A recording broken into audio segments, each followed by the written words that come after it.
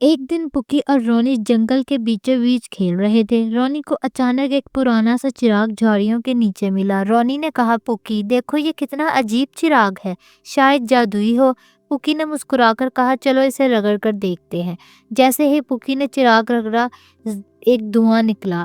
ایک رنگ برنگ جن دھوئے کے بادل سے نکلا، جس کے چہرے پر بڑی سی مسکراہٹ تھی۔ جن نے زور سے ہنسا، ہا ہا ہا، میں ہوں کہکو والا جن، جن جو ہنستا ہے اسے خوشی دیتا ہوں۔ رونی چونک گیا، واقعی تو ہمیں کیا دو گے؟ جن نے کہا، بس پہلے ہنس کر دکھاؤ۔ پکی نے اپنی سونڈ سے رونی کو گدگدایا۔ رونی ہنسنے لگا۔ پھر رونی نے پکی کے کان کھینچے اور دونوں زور زور سے ہنسنے لگے۔ جن نے خوش ہو کر اپنے ہاتھ سے جادوئی روشنی پھیلائی اور پورا جنگل کہکوں سے گونج اٹھا۔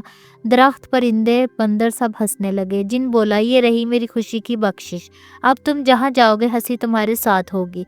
پکی نے شکریہ ادا کیا، کہکو والے جن، تم سب سے خوش مزاج دوست ہو۔ اور تینوں مل کر ہنستے ہنستے آسمان کی طرف دیکھنے لگے، جہاں کہکو کی گونج گم گئی۔